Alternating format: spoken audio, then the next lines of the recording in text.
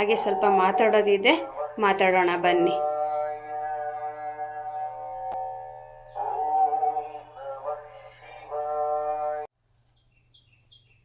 Hi, ಆಗಲೇ ಹೇಳಿದ್ನಲ್ಲ ಒಂದು ವಿಷಯ ಮಾತಾಡಬೇಕು ಅಂತಂದೇಳಿ, ಬನ್ನಿ ಈಗ ಮಾತಾಡೋಣ. ಹಾಗೆ ಸ್ವಲ್ಪ ಮಾತಾಡ್ತಾನೆ ಸ್ವಲ್ಪ ಬೆಳ್ಳುಳ್ಳಿ ಸುಲ್ಕೊಳ್ಳೋಣ. ಯಾಕಂದರೆ 2 ಕೆಲಸ ಆಗ್ಬಿಡುತ್ತೆ, ನನಗೆ ಅಡುಗೆಗೂ ಆಗ್ಬಿಡುತ್ತೆ, ಮಾತಾಡ್ದಂಗೂ ಆಗುತ್ತೆ, ಇದು ಆಗ್ಬಿಡುತ್ತೆ.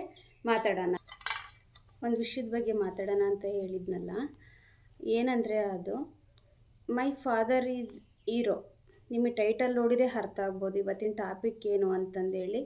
ನನಗೆ ನನ್ನ ತಂದೆನೇ ಹೀರೋ. ಯಾಕೆ ಹೇಳ್ತಿದ್ದೀನಿ ಇದನ್ನು ಅಂದರೆ, ನನ್ನ ರಿಯಲ್ ಲೈಫು, ನನ್ನ ನಿಜ ಜೀವನ ಏನಾಗಿತ್ತು ಅನ್ನೋದು ನಾನು ನಿಮ್ಮ ಜೊತೆ ಹೇಳ್ಕೋಬೇಕು, ಹಂಚ್ಕೋಬೇಕು ಅನ್ನಿಸ್ತು. ಅದಕ್ಕೆ 2 ಮಾತಾಡೋಣ ಅಂದ್ಕೊಂಡಿದ್ದೀನಿ.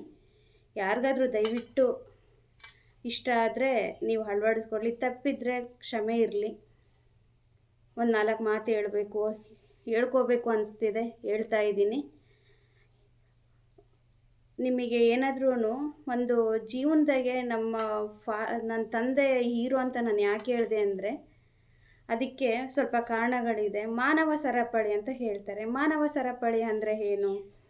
ನಮ್ಮ ಅಜ್ಜಿ, ನಮ್ಮ ತಾತ, ಅವ್ರ ಅಜ್ಜಿ, ಅವ್ರ ತಾತ, ಅವ್ರ ಮುತ್ತಾತ, ನನ್ನ ಮಕ್ಕಳು, ಅವ್ರ ಮಕ್ಕಳು, ಈ ಥರ ಇದು ಮಾನವ ಸರಪಳಿ. ಅಂದರೆ ಕೂಡು ಕುಟುಂಬ ಅಂದರೆ ಎಲ್ಲರೂ ಒಟ್ಟಿಗೆ ಕಷ್ಟ ಸುಖ ಜೀವನದಲ್ಲಿ ಭಾಗಿಯಾಗೋದು, ನಾನು ಬೇರೆ ಅಲ್ಲ ನೀನು ಬೇರೆ ಅಲ್ಲ ಅನ್ನೋ ಒಂದು ಮಾನವ ಸರಪಳಿ, ಇದು ಕೂಡು ಕುಟುಂಬ ಅಂತ. ಆದರೆ ನನ್ನ ಜೀವನದಾಗ ಅದು ಯಾವುದೂ ಇಲ್ಲ. ಯಾಕಂದರೆ ನನ್ನ ತಂದೆನೇ ನನಗೆಲ್ಲನ. ನನ್ನ ತಂದೆ ತಾಯಿಗೆ ನಾವು 4 ಜನ ಮಕ್ಕಳು. ನನ್ನ ತಂದೆ ತಾಯಿ ಇದೇ ನಮ್ಮ ಪುಟ್ಟ ಪ್ರಪಂಚ ಕೂಡ. ಯಾವ ಸರಪಳಿ ಇಲ್ಲ, ಕಳ್ಳು ಬಳ್ಳಿ ಇದೆ. ಮಾನವ ಸರಪಳಿ ಅಂದರೆ ಕಳ್ಳು ಬಳ್ಳಿ ಸಂಬಂಧ ಯಾವುದೂ ಇಲ್ಲ. ಹಾಗಾದರೆ ಯಾರು ಇಲ್ವಾ? ಇದ್ದಾರೆ, ಎಲ್ಲರೂ ಇದ್ದಾರೆ. ದೊಡ್ಡಪ್ಪ, ಚಿಕ್ಕಮ್ಮ, ಚಿಕ್ಕಪ್ಪ, ದೊಡ್ಡಮ್ಮರು, ಅಣ್ಣದಿರು, ಅಕ್ಕದಿರು ಎಲ್ಲರೂ ಇದ್ದಾರೆ ಹೇಳ್ಕೊಳಕ್ಕೆ. ಆದರೆ ಯಾರೂ ಇಲ್ಲ. ಇದು ನಿಜ ಕೂಡ ಹೌದು. ನನ್ನ ಜೀವನದಲ್ಲಿ ನನ್ನ ಕುಟುಂಬ ಇಷ್ಟೇ. ನನ್ನ ತಂದೆ, ನನ್ನ ತಾಯಿ, ನಾವು 4 ಜನ ಮಕ್ಕಳು. ಇದೇ ನಮ್ಮ ಪುಟ್ಟ ಪ್ರಪಂಚ. ಒಂದಿನ ಹೀಗೆ ಜೀವನ ಇರಬೇಕಾದ್ರೆ ನನ್ನ ತಂದೆಗೆ ಒಂದು ಅನಾರೋಗ್ಯ ಆಗುತ್ತೆ. 4 ಸರ್ಜರಿ ಆಪ್ರೇಷನ್ ಆಗುತ್ತೆ ನನ್ನ ತಂದೆಗೆ. ಅದರ ಜೊತೆಲಿದ್ದೇ ಹೊರತು ಯಾರೂ ಇರಲಿಲ್ಲ. ಬಟ್ ಏನು ಎತ್ತ ಯಾಕಾಯಿತು, ನೀವು ಹೇಗಿದ್ದೀರಾ, ಏನು ಎತ್ತ, ನಿಮ್ಮ ತಂದೆ ಹೇಗಿದ್ದಾರೆ, ಅವರ ಆರೋಗ್ಯ ಏನು, ಕ್ಷೇಮ ಏನು, ಯಾವತ್ತೂ ಯಾರೂ ವಿಚಾರಿಸಲಿಲ್ಲ. ನಮಗೆ ಸಮಾಧಾನ ಮಾಡೋರು ಇಲ್ಲ. ಅವತ್ತಿನ ದಿನ ಅನುಭವಿಸಿದ್ದು ನಾವುಗಳು ಮಾತ್ರ. ಬಟ್ ನಮಗೆ ಹೆಮ್ಮೆ ಇದೆ, ನಮ್ಗೆ ಖುಷಿ ಇದೆ. ನಮ್ಮ ತಂದೆ ಇರೋವರೆಗೂ ನಾವು ಜೊತೆಗೆ ಇದ್ವಿ. ಒಂದೊಂದು ಕ್ಷಣನೂ ನಾವು ಅನುಭವಿಸಿದ್ವಿ ನಮ್ಮ ತಂದೆ ಜೊತೆಗೆ. ಪ್ರೌಡ್ ಫೀಲ್ ಇದೆ ನಮಗೆ. ನಾನು ಒಂದು ಹೇಳೋದು ಅರ್ಥ, ಇದು ಏನು ಹೇಳ್ತಾ ಇದ್ದೀನಿ ಅಂದರೆ, ನಾವೇನೇ ತಪ್ಪು ಮಾಡಲಿ, ಅದೆಂಥದ್ದೇ ಆಗಿರಲಿ, ಏನೇ ಮಾಡಲಿ, ಯಾರು ಬೇಡ ಅಂದರೂ ನಮ್ಮ ತಂದೆ ತಾಯಿ ನಾವಿದ್ದೀವಿ ಅಂತ ಹೇಳೋರೆ ನಮ್ಮ ತಂದೆ ತಾಯಿ, ಬೇರೆ ಯಾರೂ ಆಗಲ್ಲ. ಇಡೀ ಜೀವನ ಪೂರ್ತಿ ತಂದೆ ತಾಯಿನ ಚೆನ್ನಾಗಿ ನೋಡ್ಕೊಳ್ಳಿ, ಅವ್ರು ಇರೋವರೆಗೂ ಚೆನ್ನಾಗಿ ನೋಡ್ಕೊಳ್ಳಿ. ಹೀಗೆ ನನ್ನ ತಂದೆಗೆ 4 ಸರ್ಜರಿ ಆಪ್ರೇಷನ್ ಆಗುತ್ತೆ. ಅವ್ರು ಹಾಸ್ಪಿಟ್ಲಲ್ಲಿ ಇರ್ತಾರೆ. ಸುಮಾರು 2 ತಿಂಗಳ ಕಾಲ ಅವ್ರ ಜೊತೆಯಲ್ಲಿ ಹೋರಾಟ ಮಾಡ್ತೀವಿ ನಾವು ಹಾಸ್ಪಿಟ್ಲಿಗೆ. ಅವತ್ತು ಕೊನೆಯ ಕ್ಷಣದಲ್ಲಿ ಹೇಳ್ತಾರೆ ಡಾಕ್ಟ್ರು, ಇನ್ನಿಲ್ಲ, ನಾವೇನು ಮಾಡೋಕ್ಕಾಗಲ್ಲ ಅಂತ. ಅವ್ರಿಗೆ ಎಲ್ಲವೂ ನಾವು ಕೇಳ್ಕೊಳ್ತೀವಿ, ಖಾಲಿ ಬಿದ್ದು ಕ್ಷಮೆ ಕೂಡ ಕೇಳ್ತೀವಿ. ನಾವು ಏನಾದರೂ ಮಾಡಿ ನನ್ನ ತಂದೆ ಬೇಕು. ಕೊನೆಗೆ ಈವನ್ ಬೆಡ್ ರೆಸ್ಟ್ ಆಗಲಿ, ಅವ್ರು ಕೂತಿತ್ತಾಗೆ 1-2 ಆಗಲಿ, ನಾವು ಅದು ಏನೇ ಇದ್ರೂ ನಾವು ಸೇವೆ ಮಾಡೋಕ್ಕೆ ನಾವು ರೆಡಿ ಇದ್ದೀವಿ. ನಮ್ಮ ಕಣ್ಣು ಮುಂದೆ ಈ ಜೀವಂಟಾಗಿ ಒಂದಿರಲಿ ಅಂತ ಕೇಳ್ಕೊಳ್ತೀವಿ. ನಥಿಂಗ್ ಅಂತ ಹೇಳ್ತಾರೆ. ಆವಾಗ ನಮಗೆ ಏನು ಮಾಡಬೇಕು ಅಂತಲೂ ತೋಚಂಗಿಲ್ಲ.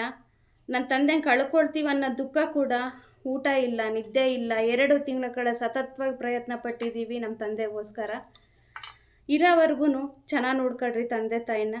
ಆಮೇಲೆ ಹೇಳ್ತಾರೆ ಪ್ರತಿ ಕ್ಷಣ, ಡಾಕ್ಟ್ರು ಪ್ರತಿ ಕ್ಷಣ ಬಂದು ಹೇಳ್ತಾರೆ, ಇಲ್ಲ ಕರ್ಕೊಂಡೋಗಿ ಹಂಗೆ ಹಿಂಗೆ ಅಂತ, ಆ ಥರ ಈ ಥರ ಅಂತ ಹೇಳ್ತಾರೆ. ನಾವು ಅದೇನಕ್ಕೂ ತಲೆ ಕೆಡಿಸ್ಕೊಳ್ಳಲ್ಲ. ಒಂದೇ ಒಂದು ಕ್ಷಣ ನನ್ನ ತಂದೆಗೆ ನೋವಾಗಬಾರ್ದು ಅಷ್ಟು ಇದ್ದರು ಅಂತಂದೇಳಿ ಕೊನೆವರೆಗೂ ಅದೆಷ್ಟು ಆಕ್ಸಿಜನ್ ಹಾಕ್ಸಿದ್ದೀವಂತ ಗೊತ್ತಿಲ್ಲ. ಎಲ್ಲ ಮೆಡಿಷನ್ನು ಕೊಡಿಸಿದ್ವಿ. ಕೊನೆ ಗಳಿಗೆಯವರೆಗೂ ಅವ್ರನ್ನ ಖುಷಿಯಾಗಿರಿಸಿದ್ವಿ. ನೋವು ಅನ್ನೋ ಪದನೇ ಬರಲಿಲ್ಲ ಅವ್ರ ಬಾಯಲ್ಲಿ. ಕೊನೆಗೊಂದಿನ ಹೇಳಿದ್ದವ್ರಿಷ್ಟೇ, ನನ್ನ ಕಣ್ಣು ತುಂಬ ನೋಡ್ಕೊಂಡಿದ್ದೀರಾ, ನನ್ನ ಮನಸ್ತೃಪ್ತಿಯಾಗಿ ನೋಡ್ಕೊಂಡಿದ್ದೀರಾ, ನೆಮ್ಮದಿಯಾಗಿದ್ದೀನಿ, ನನ್ನ ಸಂತೋಷ ಎಲ್ಲ ಈಡೇರಿಸಿದ್ದೀರಾ, ನಾನು ಖುಷಿ ಪಡಿಸಿದ್ದೀರಾ. ನನ್ನ ಮನೆಗೊಂದು ಕರ್ಕೊಂಡೋಗ್ರಿ, ನನ್ನ ಮನೆಗೆ ಜೀವ ಬಿಡ್ತು ನನ್ನ ಕುಟುಂಬದ ಜೊತೆಗೆ ಅಂತ ಹೇಳಿದ್ದವ್ರು ಅಷ್ಟೇ. ಆವಾಗ ಡಿಸೈಡ್ ಆಗುತ್ತೆ.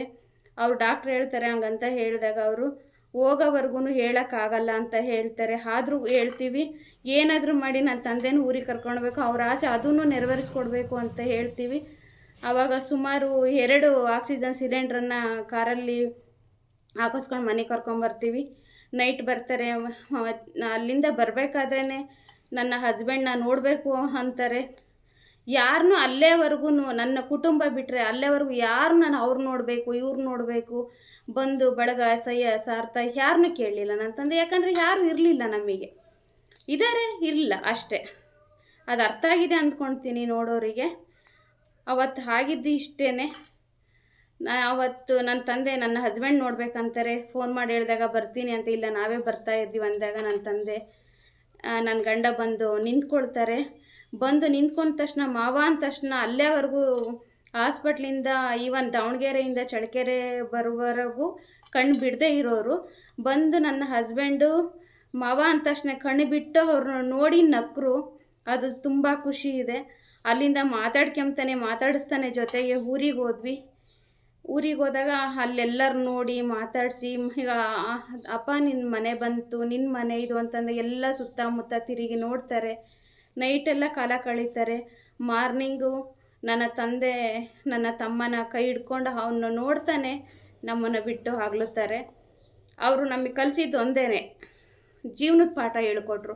10 ರೂಪಾಯಿ ಇದ್ರೂ ಜೀವನ ಮಾಡೋದು ಗೊತ್ತು, 10,000 ಇದ್ರೂ ಜೀವನ ಮಾಡೋದು ಹೇಗೆ ಅಂತ ಗೊತ್ತು, 10 ಲಕ್ಷ ಇದ್ರೂ ಜೀವನ ಮಾಡೋದು ಹೇಗೆ ಅಂತ ಗೊತ್ತು ನಮಗೆ. ಅದನ್ನು ನನ್ನ ತಂದೆ ಕಲಿಸ್ಕೊಟ್ಟಿದ್ದಾರೆ. ಜೀವನ ಏನು ಅನ್ನೋದ ಮೊದಲು ಕಲಿಸಿ ಮಕ್ಕಳಿಗೆ. ಯಾವತ್ತೂ ಮಕ್ಕಳಿಗೆ ಆಸ್ತಿ ಮಾಡಬೇಡಿ, ಮಕ್ಕಳನ್ನು ಆಸ್ತಿಯನ್ನಾಗಿ ಮಾಡಿ. ಅವತ್ತು ಅವ್ರಿಗೆ ಅರ್ಥ ಆಗುತ್ತೆ ಏನು ಅಂತಂದು. ಯಾವತ್ತೂ ಸಿಗಲ್ಲ. ಒಂದು ಸರಿ ತಂದೆ ತಾಯಿ ಕಳ್ಕೊಂಡ್ಮೇಲೆ ಅವ್ರು ಮತ್ತೆ ಸಿಗೋದಿಲ್ಲ. ನಾವೇನೇ ಮಾಡ್ತೀವಿ, ಅವರಿಗೆ ದೇವಸ್ಥಾನ ಕಟ್ತೀವಿ, ಅದು ಮಾಡ್ತೀವಿ ಇದು ಮಾಡ್ತೀವಿ, ಅದು ನೋಡ್ತಾರಾ? ಇಲ್ಲ. ಅವರು ಕೊನೆ ಕ್ಷಣವರೆಗೂ ಅವ್ರನ್ನ ಆಸೆನ ಈಡೇರಿಸ್ರಂಗಂತ ನಾವು ಅವ್ರು ಕೇಳಿದ್ದೆಲ್ಲ ಮಾಡಬೇಕಾ? ನಮಗೆ ಶಕ್ತಿ ಇದೆ ಅದು ಬೇಡ. ನಿಮ್ಗೆ ಏನು ಶಕ್ತಿ ಇದೆಯೋ ಅದರಲ್ಲೇ ತೃಪ್ತಿಪಡಿಸಿ, ಅದರಲ್ಲೇ ನೆಮ್ಮದಿಪಡಿಸಿ. ಇಷ್ಟೊಂದು ನಾನು ಬೇಡ್ತೀನಿ. ಮೊದಲು ತಂದೆ ತಾಯಿಗೆ ಗೌರವವನ್ನು ಕೊಡೋದು ಕಲ್ತ್ಕೊಳ್ಳಿ. ಅವ್ರಿಗೆ ನೋವು ಮಾಡಬೇಡಿ, ಪ್ರೀತಿಯಿಂದ ಕಾಣ್ರಿ. ಅವ್ರಿಗೆ ಇನ್ನೂ ಒಂದು 4 ದಿನ ಬದುಕೋರು ಇನ್ನೂ 1 ತಿಂಗಳು ಬದುಕೋವಷ್ಟು ಅವ್ರಿಗೆ ಕೆಪಾಸಿಟಿ ಬರುತ್ತೆ, ಧೈರ್ಯ ಬರುತ್ತೆ, ಶಕ್ತಿ ಬರುತ್ತೆ. ಅವ್ರ ಜೊತೆ ಚೆನ್ನಾಗಿರಿ. ಇರೋವರೆಗೂ ಯಾರೇ ಆಗಿರಲಿ ಫ್ಯಾಮಿಲಿ ಜೊತೆ ತಂದೆ ತಾಯಿ ಜೊತೆ ಸಮಯ ಕಳೀರಿ. ಅದು ಕ್ಷಣ ಕಳ್ಕೊಂಡ್ಮೇಲೆ ನಾವು ಇರ್ತೀವಿ, ನೋಡ್ತೀವಿ, ಇರಬೇಕಾಗಿತ್ತು ಅನ್ನೋದಕ್ಕಿಂತ ಇದ್ದಾಗ ನೋಡ್ಕೊಳ್ಳೋದು ಒಳ್ಳೆಯದು ಅಂತ ಹೇಳ್ತಿದ್ದೀನಿ. ಇದು 4 ಜನ ನೋಡ್ತಿರೋ, 4,000 ಜನ ನೋಡ್ತಿರೋ, ಇಬ್ಬರಳಿಗೆ ಅರ್ಥ ಆಗುತ್ತೋ 4 ಜನಕ್ಕೆ ಅರ್ಥ ಆಗುತ್ತೋ ಗೊತ್ತಿಲ್ಲ. ಯಾರಿಗಾದ್ರೂ ಒಂದು ಚೂರು ಇದರಿಂದ ಏನಾದರೂ ಅನಿಸಿದರೆ, ನನಗೆ ತಪ್ಪಾಗಿ ಮಾತಾಡಿದರೆ ಕ್ಷಮೆ ಇರಲಿ. ಈಗಲ್ಲ ಈಗ ಹೇಳ್ಬೇಕಾಗಿತ್ತು ಅನ್ನೋದಿದ್ರೆ ಕಮೆಂಟ್ ಮಾಡಿ, ನನಗೆ ತಿದ್ಕೊಳ್ತೀನಿ. ನಾನು ಹೇಳೋದಿಷ್ಟೇ, ಮೊದಲು ನಿಮ್ಮ ತಂದೆ ತಾಯಿನ ಚೆನ್ನಾಗಿ ನೋಡ್ಕೊಳ್ಳಿ ಇರೋವಷ್ಟು ದಿನ. ಅವ್ರು ನನ್ನ ತಂದೆ ತಾಯಿಗೆ ಇದ್ದಿದ್ದು ಒಂದೇ, ನನಗೆ ಆಸ್ತಿ ಮಾಡಬೇಕು, ಮನೆ ಮಾಡಬೇಕು, ನನಗೆ ಆ ಬಂಗ್ಲೆ ಕಟ್ಟಬೇಕು, ಅದು ಮಾಡಬೇಕು ಇದು ಮಾಡಬೇಕು ನನ್ನ ಮಕ್ಳಿಗೆ. ಅವ್ರಿಗೆ ಆಸೆನೇ ಇರಲಿಲ್ಲ, ಯಾವತ್ತಿಗೂ ಇರಲಿಲ್ಲ. ನನ್ನ ತಂದೆ ದೇವರಂಥ ಮನುಷ್ಯ, ಮಾಣಿಕ್ಯ ಬಂಗಾರದ ಮನುಷ್ಯ ನನ್ನ ತಂದೆ. ಇವತ್ತಿಗೂ ಅಷ್ಟೇ, ಪ್ರತಿದಿನ ಪ್ರತಿ ಕ್ಷಣ ಯಾರೇ ನನ್ನ ತಂದೆ ಬಗ್ಗೆ ಮಾತಾಡಿರೋ ನಿಮ್ಮ ತಂದೆ ದೇವರಂಥ ಮನುಷ್ಯ, ನನ್ನ ತಂದೆ ದೇವರಂತ, ಅದೊಂದೇ ಅವ್ರು ಆಸ್ತಿ ಮಾಡಿದ್ದು. ಇವತ್ತಿಗೂ ನೆನೆಸೋದು ನನ್ನ ತಂದೆನ ನೆನೆಸ್ಕೊಳ್ತಾರೆ. ಇವತ್ತು ನನ್ನ ತಂದೆ ಜೊತೆಗೆ ಇದ್ದಾರೆ, ಅವ್ರಿಲ್ಲ ಅಂತಲ್ಲ. ಇವತ್ತು ಪ್ರತಿ ಕ್ಷಣ ನನ್ನ ಜೊತೆಗೆ ಇರ್ತಾರೆ. ಅವರ ಆಶೀರ್ವಾದ ಯಾವಾಗಲೂ ನಮ್ಮ ಮೇಲೆ ಇದ್ದೇ ಇರುತ್ತೆ. ನಾವು ಯಾವತ್ತು ಅವ್ರನ್ನ ಇಲ್ಲ ಅಂದ್ಕೊಳ್ತೀವೋ, ನಾವು ಯಾವತ್ತು ಮರಿತೀವೋ ಅವತ್ತು ಅವ್ರು ನಮ್ಮ ಜೊತೆಗಿಲ್ಲ ಅಂತ ಅರ್ಥ. ಯಾವತ್ತು ನಾವು ಪ್ರತಿ ಕ್ಷಣ ಪ್ರತಿದಿನ ನೆನೆಸ್ಕೊಳ್ತಾ ಅವ್ರು ನಮ್ಮ ಜೊತೆಗೆ ಇದ್ದಾರೆ ಅಂತ ಅರ್ಥ. ಇದು ನೆನ್ಪಿಟ್ಕೊಳ್ಳಿ. ಮೊದಲು ನನ್ನ ತಂದೆ ತಾಯಿಗೆ ಇದ್ದಿದ್ದು ಒಂದೇ ಆಸೆ, ಅವರಿಗೇನೋ ನನ್ನ ಮಕ್ಕಳು ಕರ್ಕೊಂಡೋಗಿ ನ್ಯೂಜಿಲ್ಯಾಂಡ್ಗೋ ಥೈಲ್ಯಾಂಡ್ಗೋ ಕರ್ಕೊಂಡೋಗಿ ಆಸೆ ಪ್ರೀತಿ ಕುಣಿಸ್ಕೊಂಡು ಮೆರೆಸ್ಕೊಂಡು ತೋರಿಸ್ಕೊಂಡು ಬರಬೇಕು ಅನ್ನೋ ಒಂದು ಆಸೆ ಇರಲಿಲ್ಲ. ನನ್ನ ತಂದೆ ತಾಯಿಗೆ ಮಕ್ಕಳು ಚೆನ್ನಾಗಿ ಹೊಟ್ಟೆ ತುಂಬ ಊಟ ಮಾಡಬೇಕು, ಕಣ್ ತುಂಬ ನಿದ್ದೆ, ನಾವು ಆಟ ಪಾಠ ಅದು ನೋಡಿಕೊಂಡೆ ಅವ್ರ ಖುಷಿ, ಅದೇ ಅವ್ರ ಪ್ರಪಂಚ ಆಗಿತ್ತು. ಇದೇ ನನ್ನ ತಂದೆ ಕೊನೆಯವರೆಗೂ, ಅವತ್ತಿಂದ ಇವತ್ತಿನವರೆಗೂ ನನ್ನ ತಂದೆ ಆಸೆ ಇದೇ ಆಗಿತ್ತು. ಅವ್ರು ಇರೋವರೆಗೂ ಅಷ್ಟೇ, ನಾನು ಕುಡಿಬೇಕು, ಅದನ್ನು ಮಾಡಬೇಕು, ಇದನ್ನು ಮಾಡಬೇಕು, ನಾಳೆದು ಯಾವತ್ತೂ ಯೋಚನೆ ಮಾಡಿದವರಲ್ಲ ನನ್ನ ತಂದೆ. ಇವತ್ತೇ ಆಗಲಿ, ಈಗಿನ ಕ್ಷಣ, ನಾಳೆದು ಯಾರು ಕಂಡಿದ್ದಾರೆ ಗೊತ್ತಿಲ್ಲ. ಈಗಿನ ಕ್ಷಣ ಅನುಭವಿಸ್ಬೇಕು. ನಾನು ಏನು ಮಾಡ್ತೀನೋ ಏನಿಲ್ಲ ಅದು ಗೊತ್ತಿಲ್ಲ. ಈಗಿನ ಕ್ಷಣ ಮಾತ್ರ, ಇದು ನನ್ನ ಟೈಮು, ಇದು ನನ್ನ ಸಮಯ. ಯಾವುದೇ ಆಗಿರಲಿ, ನಾಳೆಗೆ ಅಂತ ನನ್ನ ತಂದೆ ಯೋಚನೆ ಮಾಡಿದಾರೆ ಅಲ್ಲ, ಆವತ್ತಿನ ಕ್ಷಣ ಅದು ಉಂಡಿದ್ದಾಗಿರ್ಬೋದು, ತಿಂದಿದ್ದಾಗಿರ್ಬೋದು, ಅದು ಯಾವುದೇ ಆಗಿರಲಿ, ನಮಗೆ ಸಮೇತ ಯಾವುದೇ ಒಂದು ಉಣ್ತೀವಿ ತಿಂತೀವಿ, ನಾಳೆದು ನೋಡ್ಕೊಂಬನಿ, ಇವತ್ತು ನೀವು ಚೆನ್ನಾಗಿರ್ರಿ ಅಷ್ಟೇ ನನ್ನ ತಂದೆ ಬಯಸಿದ್ದು. ಕೊನೆವರೆಗೂ ಹಾಗೆ ನಮ್ಮ ನೋಡಿಕೊಂಡ್ರು, ಚೆನ್ನಾಗಿ ನೋಡಿಕೊಂಡ್ರು. ಇವತ್ತಿಗೂ ನನ್ನ ತಂದೆ ಜೊತೆಗೆ ಇದ್ದಾರೆ. ಇವತ್ತು ನಾನು ಏನೇ ಒಂದು ಕೆಲಸ ಮಾಡ್ತೀವಿ ಅದಕ್ಕೆ ನನ್ನ ತಂದೆ ಆಶೀರ್ವಾದ, ನನ್ನ ತಂದೆನೇ ನನಗೆ ಪ್ರೇರಣೆ, ಇನ್ಯಾರೂ ಇಲ್ಲ ನಮಗೆ. ಇಷ್ಟು ಬಿಟ್ಟರೆ ನಾನು ಇನ್ನೇನು ಹೇಳೋಕ್ಕಾಗಲ್ಲ. ನಾನು ಹೇಳೋದಿಷ್ಟೇ, ಎಲ್ಲರಿಗೂ ಹೇಳೋದಿಷ್ಟೇ, ತಂದೆ ತಾಯಿನ ಚೆನ್ನಾಗಿ ನೋಡ್ಕೊಳ್ರಿ, ಇರೋವರೆಗೂ ಅವ್ರ ಜೊತೆ ಸಮಯ ಕಳೀರಿ, ಕಷ್ಟ ಸುಖದಲ್ಲಿ ಭಾಗಿಯಾಗಿ. ಪ್ರೀತಿ ಅಂದರೆ ಎಲ್ಲವೂ ಕರ್ಕೊಂಡೋಗೋದು, ತಿರುಗಾಡೋದು, ಅವ್ರಿಗೆ ಕೇಳಿದ್ದೆಲ್ಲ ಕೊಡಿಸೋದು, ಆ ಥರ ಪ್ರೀತಿ ಅಲ್ಲ. ಇರೋದ್ರಲ್ಲೇ ಖುಷಿ ಪಡಿಸೋದು, ಇರೋದ್ರಲ್ಲೇ ನೆಮ್ಮದಿಯಾಗಿರೋದು, ಅವ್ನ ಕೊನೆಯ ಕ್ಷಣದವರೆಗೂ ಚೆನ್ನಾಗಿ ನೋಡ್ಕೊಳ್ಳಿ. ನಾವು ಹಾಗೇ ಮಾಡಿದ್ದು, ಆ ಪ್ರೌಡ್ ಫೀಲ್ ನಮಗಿದೆ. ಅದು ಯಾರಿಗೂ ಗೊತ್ತಿಲ್ಲ. ಇವತ್ತು ಹೇಳ್ಕೊಂಡಿದ್ದೀನಿ, ಕೆಲವರಿಗೆ ಕ್ಲಾರಿಟಿ ಸಿಕ್ತು ಅಂದ್ಕೊಂಡಿದ್ದೀನಿ, ಏನಾಯಿತು ಏನಿಲ್ಲ ಅಂತಂದೇಳಿ. ನನ್ನ ತಂದೆ ಇವತ್ತಿಗೂ ನಮ್ಮ ಜೊತೆಗಿದ್ದಾರೆ. ನಾನು ಹೇಳೋದಿಷ್ಟೇ, ಏನಾದರೂ ನಾನು ಇದ್ರ ಬಗ್ಗೆ ತಪ್ಪಾಗಿ ಮಾತಾಡಿದರೆ ಕ್ಷಮೆ ಇರಲಿ. ಇಲ್ಲ ನೀವು ಈ ಥರ ಹೇಳಿದ್ದು ಹಿಂಗೆ ಹೇಳ್ಬೇಕಾಗಿತ್ತು ಅಂತ ನೀವು ಕಮೆಂಟ್ ಮಾಡಿರೋ, ನಾನು ತಿದ್ಕೊಂಡು ಸರಿಪಡಿಸ್ಕೊಳಕ್ಕೂ ರೆಡಿ ಇದ್ದೀನಿ. ಇದೊಂದು ಹೇಳೋಕ್ಕೆ ಇಷ್ಟಪಡ್ತೀನಿ. ಮೊದಲು ತಂದೆ ತಾಯಿನ ಚೆನ್ನಾಗಿ ನೋಡ್ಕೊಳ್ಳಿ. ಹಾಗಾದರೆ ನಿಮ್ಮ ತಾಯಿದೇನು ಪಾತ್ರ ಇಲ್ವಾ? ನಮ್ಮ ತಾಯಿದು ಇದೆ. ಎರಡು ಕೈ ಸೇರಿದ್ರೇ ಅಲ್ವಾ ಚಪ್ಪಾಳೆ ಆಗೋದು. ಅದು ಮುಂಬರುವ ದಿನಗಳಲ್ಲಿ ನಾನು ಹಂಚ್ಕೊಳ್ತೀನಿ ನನ್ನ ತಾಯಿ ಬಗ್ಗೆ. ಇಷ್ಟು ನನ್ನ ತಂದೆದಾಗಿತ್ತು. ನನ್ನ ತಂದೆ ಬಗ್ಗೆ ಎಷ್ಟು ಹೇಳಿದ್ರು ಸಾಲದು. 7 ವರ್ಷ 7 ಜನ್ಮ ಅಲ್ಲ, 100 ಜನ್ಮ ಎತ್ತಿದ್ರು ನನ್ನ ತಂದೆ ಬಗ್ಗೆ ಹೇಳಿದ್ರು ಸಾಲದು. ಅಷ್ಟು ಇದೆ. ನನ್ನ ತಂದೆನೇ ನನಗೆ ಮಾಣಿಕ್ಯ, ನನ್ನ ತಂದೆನೇ ದೇವರಂಥ ಮನುಷ್ಯ, ನನ್ನ ತಂದೆನೇ ಬಂಗಾರದ ಮನುಷ್ಯ. ನನ್ನ ಜೀವನದಲ್ಲಿ ಇವತ್ತು ನಾನು ಏನೇ ಒಂದು ಮಾಡಿದ್ರು, ನಾನು ಇದ್ದೀನಿ ಅಂತ ಬೆನ್ನು ತಟ್ಟಿದ್ದೆ ನನ್ನ ತಂದೆ. ಇವತ್ತು ನಾನು ಏನಿದ್ದೀನೋ ಅದಕ್ಕೆ ನನ್ನ ತಂದೆನೇ ಕಾರಣ. ಅದಕ್ಕೆ ನನ್ನ ತಂದೆನೇ ನನಗೆ ಹೀರೋ, ನನ್ನ ತಂದೆನೇ ನನಗೆ ಗುರು. ಇದು ನನ್ನ ಜೀವನ, ಇದು ನಿಜ ಜೀವನ. ನಾನು ಸುಳ್ಳು ಹೇಳ್ತಾ ಇಲ್ಲ, ಯಾವುದೋ ಏನೋ ನೋಡಿ. ನಾನು ರಿಯಲ್ ಲೈಫ್, ನನ್ನ ಲೈಫ್ನ ಏನು ನಡೆದಿದೆಯೋ ನಾನು ಅದನ್ನೇ ನಿಮ್ಮ ಹತ್ರ ಹಂಚ್ಕೊಳ್ತಿದ್ದೀನಿ. ಬೇರೆದು ಗೊತ್ತಿಲ್ಲ ನನಗೆ. ಇವತ್ತಿಗೂ ಅಷ್ಟೇ, ನಾನು ನನ್ನ ತಂಗಿ, ನನ್ನ ತಮ್ಮ, ನನ್ನ ಅಕ್ಕ, ನನ್ನಮ್ಮ, ಇದು ನನ್ನ ಪುಟ್ಟ ಕುಟುಂಬ, ನನ್ನ ಪುಟ್ಟ ಪ್ರಪಂಚ. ಅವತ್ತೇಗೆ ನನ್ನ ತಂದೆ ಕಲಿಸ್ಕೊಟ್ಟಿದ್ರೆ ಇವತ್ತಿಗೂ ಅಷ್ಟೇ ನಾವು ಇರೋವರೆಗೂ ಚೆನ್ನಾಗಿರಬೇಕು, ಖುಷಿಯಾಗಿರಬೇಕು, ಇದ್ದಿದ್ರಲ್ಲೇ ನೆಮ್ಮದಿಯಾಗಿರಬೇಕು. ನಾವು ಅದನ್ನು ನೋಡಬೇಕು, ದೇಶ ಸುತ್ತಬೇಕು, ಅದು ಮಾಡಬೇಕು, ಅದು ಗೊತ್ತಿಲ್ಲ ನಮಗೆ. ನಮ್ಮ ಕೈಲಿ ಏನಾಗುತ್ತೋ ಅದರಲ್ಲೇ ಖುಷಿ ಪಡೋದು ನಮ್ಮ ಇದು. ನನ್ನ ಕುಟುಂಬ ಮೊದಲು ಖುಷಿಯಾಗಿರಬೇಕು. ಬೇರೆಯವ್ರನ್ನೂ ಖುಷಿ ಪಡಿಸಿ, ಬೇರೆಯವ್ರನ್ನೂ ಮೆಚ್ಚಿಸೋಕೆ ಹೋದ್ರೆ ನಾವೇನೋ ಮಾಡ್ತೀವಿ ಅಂತ ಹೋಗೋದ್ರೆ ಫಸ್ಟ್ ನನ್ನ ಕುಟುಂಬ ಚೆನ್ನಾಗಿರಬೇಕು, ಆಮೇಲೆ ಮಿಕ್ಕಿದ್ದು. ಫಸ್ಟ್ ಪ್ರಿಫರೆನ್ಸು ನನ್ನ ಕುಟುಂಬಕ್ಕೆ. ನಾನು ಇವತ್ತಲ್ಲ, ನಾನು ಉಸಿರಿರೋವರೆಗೂ ಇಷ್ಟೇ. ನೀವು ಅಷ್ಟೇ, ನಿಮ್ಮ ಕುಟುಂಬ ಚೆನ್ನಾಗಿ ಇಟ್ಕೊಳ್ಳಿ, ತಂದೆ ತಾಯಿನ ಚೆನ್ನಾಗಿ ನೋಡ್ಕೊಳ್ಳಿ, ಬೀದಿಗೆ ಬಿಡಬೇಡಿ, ಆಶ್ರಮಕ್ಕೆ ಸೇರಿಸ್ಕೊಳ್ಬೇಡಿ. ಅವ್ರು ಏನೇ ಮಾಡಿದ್ರು ತಂದೆ ತಾಯಿ ಯಾವತ್ತೂ ಮಕ್ಕಳಿಗೆ, ತಂದೆಗೆ ತಾಯಿಗೆ ವಿಷ ಆಗ್ತೀವಿ ಅಂದ್ರೂ ಅವ್ರು ಯಾವತ್ತೂ ಕೆಟ್ಟದ್ದು ಬಯಸೋರಲ್ಲ. ತಂದೆ ತಾಯಿ ಆಗಿರ್ಬೋದು, ಅವರು ಮಕ್ಕಳು ಚೆನ್ನಾಗಿರಲಿ ಅಂತ ಬಯಸ್ತಾರೆ ಹೊರ್ತು ಕೆಟ್ಟೋಗ್ಲಿ ಅಂತ ತಂದೆ ತಾಯಿನೂ ಬಯಸಲ್ಲ. ಈ ಎಲ್ಲ ನನ್ನ ಕಡೆಯಿಂದ ಎಲ್ಲ ತಂದೆ ತಾಯಿಗಳು ಕೋಟಿ ಕೋಟಿ ಕೋಟಿ ಸಾವಿರ ನಮಸ್ಕಾರಗಳು. ಇದನ್ನು ಯಾರಾದರೂ ಅಳವಡಿಸ್ಕೊಂಡು ಒಳ್ಳೆಯದಾಗಲಿ ಅಂತ ನಾನು ಬೇಡ್ಕೊಡ್ತೀನಿ. ದಯವಿಟ್ಟು ತಂದೆ ತಾಯಿನ ಚೆನ್ನಾಗಿ ನೋಡ್ಕೊಳ್ಳಿ. ನಾನು ಇಷ್ಟೇ ಬೇಡ್ಕೊಳ್ಳೋದು. ನಾನು ಇವಾಗ ಹೇಳ್ಬೇಕಾದ್ರೂ ತುಂಬ ಸಂಕಟ ಆಗ್ತಾಯಿದೆ, ನೋವು ಆಗ್ತಾಯಿದೆ ನನಗೆ ಹೇಳ್ಕೊಳ್ಳೋಕ್ಕೆ. ಕೆಲವ್ರಿಗೆ ಅನ್ನಿಸ್ಬೋದು ಇದು ಸಿಂಪತಿ, ಇದು ನಾಟಕ ಡ್ರಾಮಾ ಅಂತ. ಅದು ಗೊತ್ತಿಲ್ಲ ನನಗೆ, ನಾಟಕ ಡ್ರಾಮಾ ಅದು ಗೊತ್ತಿಲ್ಲ. ಕೈಯಾಗೆ ಹಾಕೋದು ಕಡೆಗೆ ಹಾಕಲಿ, ನಾನು ಹೀಗೆ ಮಾತಾಡೋದು, ನಾನು ಹಿಂಗೆ ಇರೋದು, ನನ್ನ ಜೀವನನೇ ಎಷ್ಟು, ನನ್ನ ಲೈಫ್ ಎಷ್ಟು, ನನ್ನ ಕ್ಯಾರೆಕ್ಟ್ರೇ ಹಿಂಗೆ. ಫಸ್ಟು ನನ್ನ ತಂದೆ ತಾಯಿ, ನನ್ನ ಫ್ಯಾಮಿಲಿ. ನಾನು ಉಸಿರಿರೋವರೆಗೂ ನಾನು ಹೀಗೇ ಇರ್ತೀನಿ, ಹೀಗೆ ಬದುಕ್ತೀನಿ. ಅವತ್ತೇನು ನನ್ನ ತಂದೆ ಹೇಳ್ಕೊಟ್ಟಿದ್ರು, ಇವತ್ತು ನನ್ನ ತಂದೆನೇ ನನಗೆ ಪ್ರೇರಣೆ. ಅವರಿದ್ದಾರೆ, ಯಾವಾಗಲೂ ನನ್ನ ಜೊತೆಗಿದ್ದಾರೆ. ನೀವು ಅಷ್ಟೇ, ನಿಮ್ಮ ತಂದೆ ತಾಯಿನ ಚೆನ್ನಾಗಿ ನೋಡ್ಕೊಳ್ಳಿ.